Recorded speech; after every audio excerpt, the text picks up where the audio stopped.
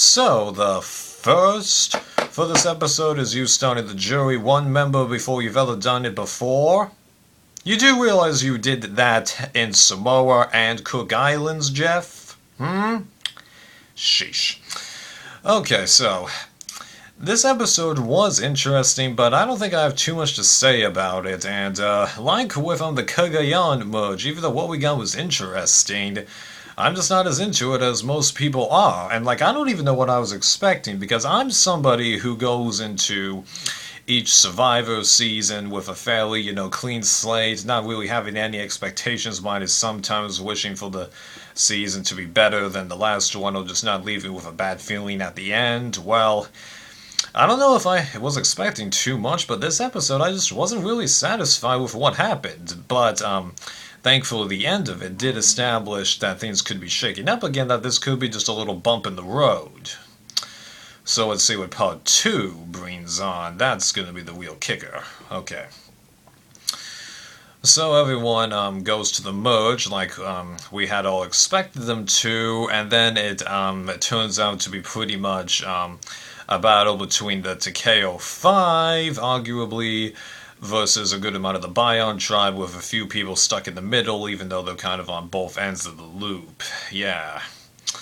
And I just really wasn't that impressed by these dynamic little shake-up bits, to be honest, okay? Because like with, Cagayan, I just felt like it was too simple. I wanted these groups to, break up and have new ones form, especially since this season, had multiple swaps, so there was opportunity to do that. Because, what happened to the little bit of a bond that, the Bion Free, Jeremy, Kimmy, and Steven, had done with Spencer, and then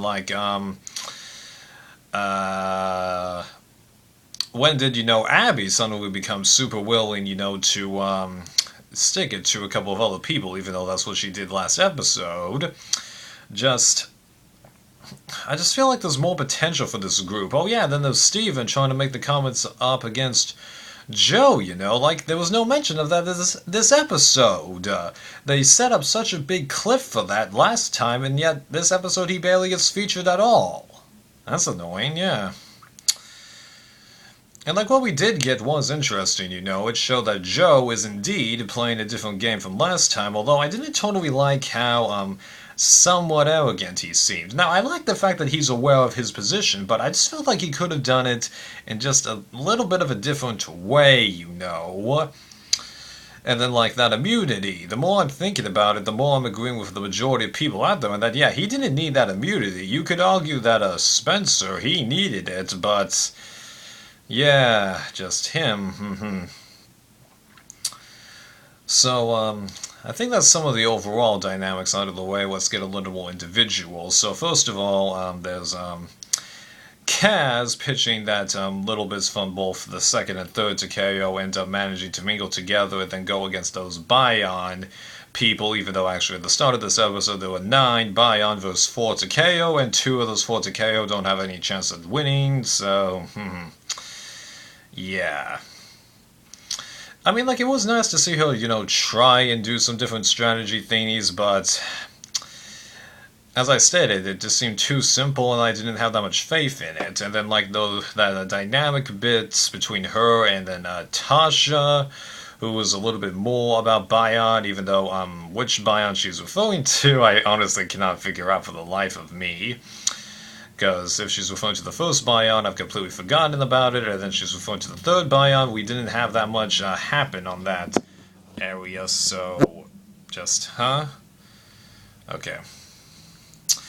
Then the banter that they have between them, I gotta be honest, this is just typical banter that goes on between people, even though I could tell that Tasha's lie about the Bion people breaking up would just be disproven right away, which is what Kaz was trying to do, although it did seem a little bit unnecessary, breaking it to everyone at once. She should have done that a little more individually, I think. I don't know, maybe those people who argue that actually the group dynamic is a little better, I really don't know. And then Sierra decides to suddenly jump in there, and then she throws that bit with Savage, stating that he was willing, to turn on against the other big Bayon males, such as Jeremy and Joe, when they were right there. Well, I do recall a little bit of that. Well, he alluded to it, but I do also recall that when he was on the first Bayon, he was actually working with, I think, Joe for a good amount of that, and what he did on the third to KO was just really to save his own neck. Yeah. Uh-huh. And like the more I'm looking at him, the more I'm just thinking that, I get the idea that this guy is a natural born leader, but I don't know if I've got that much faith in him, to be honest. Oh, I think he might be sticking around for a good ways, but given how they merge at 13, a good ways could mean all kinds of things, yeah. It will be interesting to know what happens when he leaves, if he goes, because I don't think the guy can win currently, but he could get farther. In good ways, yeah. Yeah, but it didn't really give me that much faith in what was going on with him. Not that Kaz, Sierra, or Tasha were really being any better with all their bantering. And Sierra, that really was unnecessary. I didn't really think you were helping yourself out that much. And then, how did I feel about Keith's supposed birth? Now that there's finally a time where he goes to tribal along with Joe, well, got nothing. Really. He was mentioned as just being another vote here, just out there. And then, Kelly Wentworth stating that she thinks she could work with him when she didn't get that much airtime. I mean, it's, well, the third wheel talking about the fifth wheel, that makes sense, just lowering the bar in terms of importance and succession. Didn't have too much faith in that. I did have some faith in what Joe and Spencer were going to do, even though the whole time I was like, Joe's with Bayon people, just, come on. And Spencer, he'll do anything that he needs to save his skin. Because I did think he was going to need to win that immunity for a while there, but turns out he didn't. Right. So that challenge, I honestly don't have too much to comment about it, other than Steven going first, and actually Jeremy lasting for quite a while. I was really surprised that he got that far. I thought he would be one of the first 2 people out. Turns out he made the top 4. Nice. And I did want Spencer to win that just so he could get a little bit of redeemedness, because I was like, Joe doesn't need this, but he gets it. Who knows, it might paint the same target on him that he got from last time. I mean, I get that you do kind of want to win immunity, but there are times where I think you can tell that you're just not safe, I'm not suggesting throw it like a lot of people say in Big Brother, but just think of it as a little less important. So that way when you fall, just shrug, get off, Shrug it off, shake it off, oh god. Yeah.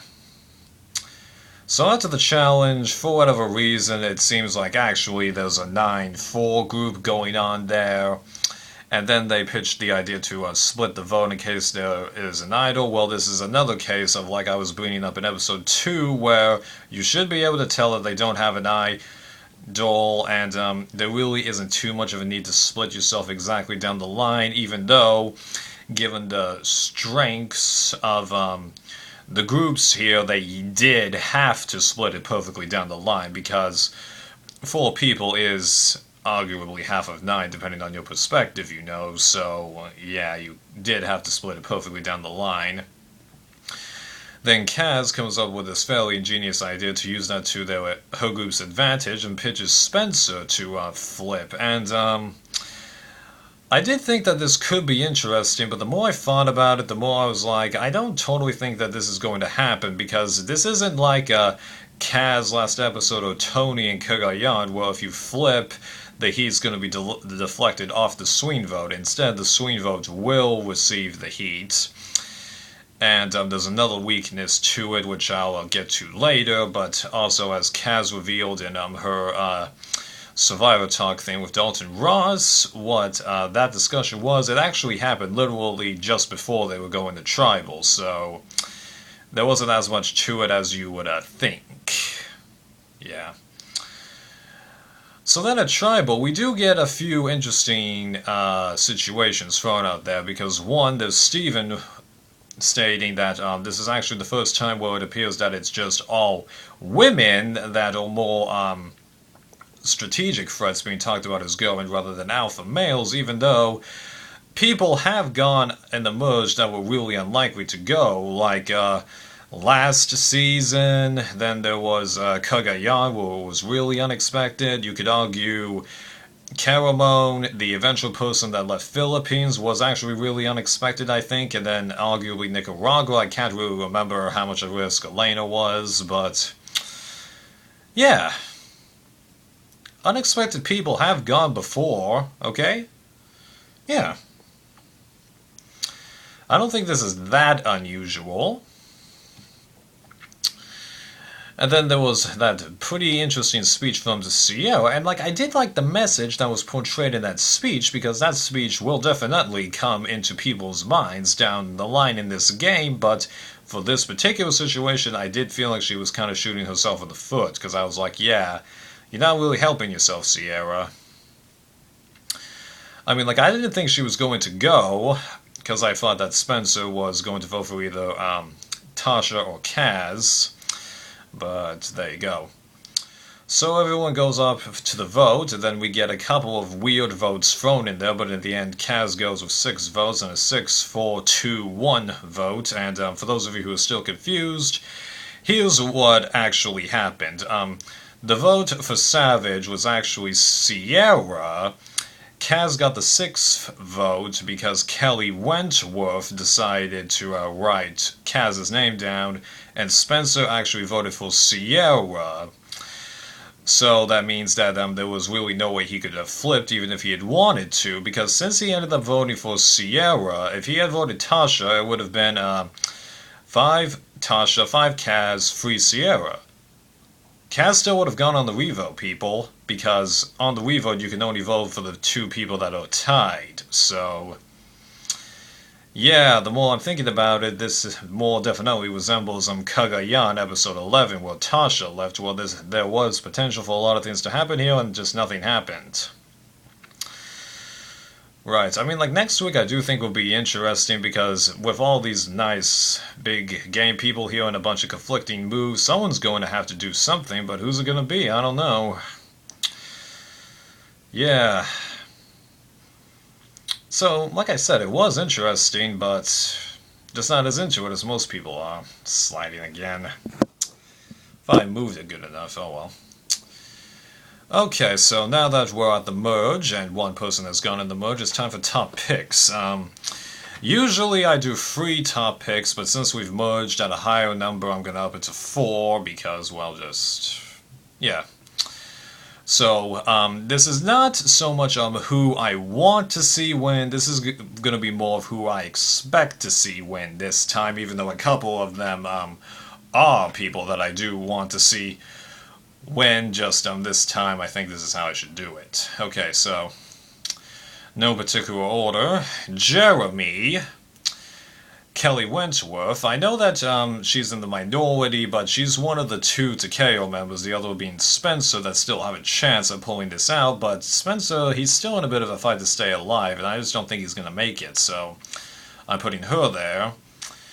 And you're going to think I'm crazy with this one, but I'm going to say Kimmy. Now, I know that she hasn't gotten the greatest amount of camera time, but she's a very fresh perspective in this game. She's pushing buttons in a good way, and I'm just curious to see what she's going to do, so I'm fairly comfortable putting her there.